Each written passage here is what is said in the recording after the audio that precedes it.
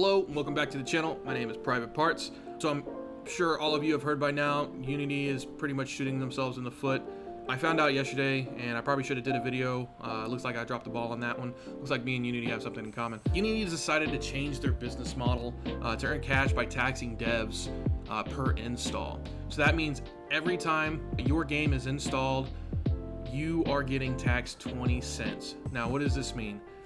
Well, this means you're getting taxed, you're losing money. You're losing a good chunk of change, especially if you're meeting over that threshold. Does this really matter for you? Probably not. So yeah, Unity's pretty much falling apart with big name gaming channels yawping into the winds about how their downfall is coming, and creating more drones in this echo chamber of game developer land. Like I said, it probably doesn't really matter for you. If you want to keep using Unity, go right ahead. Only 3% of devs make over $100,000 in game revenue. That's not a lot. So if you're still wanting to use Unity, I say still go for it. I got 2 games that I'm gonna finish on Unity, and then I'm probably gonna move over to maybe Monogame, which is another C# type game engine. I really wanted to dive into not making my own game engine, but really learning OpenGL and some graphics programming, if you will. My opinion on the matter, most indie devs are not gonna sell over 200,000 copies. I'm not saying it can be done, Timmy. I believe you. If you try hard enough, you could accomplish anything. But I think most people are just complaining about, the direction of the company and how it feels kind of scummy to get taxed that much. Now, my thoughts on the matter is, I think they're in trouble. Obviously, they've had layoffs in the past. I think this is like their last leg before it's a no-ditch effort. If you are still a beginner, I still see the value of Unity's library. I think you can learn and develop your skills there and move on to bigger and better things along the way, and take your knowledge to other game engines if you want.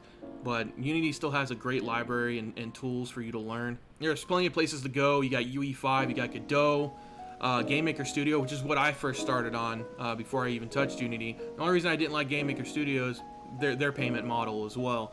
It's like $100 per year, and it was only for like releasing games to the desktop.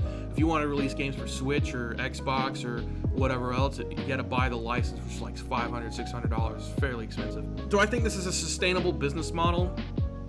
Hell no. Charging per runtime, I don't think it's gonna I don't think it's gonna happen. The community is already eating them alive. What I think this is, this right here is a tactic to scare developers, get everyone in a hubbub like they are now, and then they're gonna repeal it back and be like, oh, okay, well, instead of that, we're gonna take 5% of your game, which is more appealing than what they're actually pushing. Let's do some math here. Vampire Survivors, very, very popular game. It was $4.99. I believe it made $52 million from estimates. I'll have it up on the screen here where I'm getting my source. I believe they made $52 million. If I'm wrong, let me know. 30% off of that, okay, so 30% off of that 52 mil, 30% is Steam's cut, that's 15 million. Now we'll take into that and minus installs plus every time someone, okay, so we'll take into installs the first time someone installs that game, right? And $52 million, first time someone installs that game, that's a $2 million tax, okay?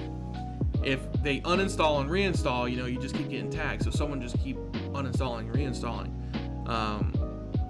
Yeah, I don't know. If you have a different opinion or you just want to talk about it, leave a comment below and we'll have a discussion about it. That'd be pretty cool. Anyways, you guys have a good one, and we'll catch you later.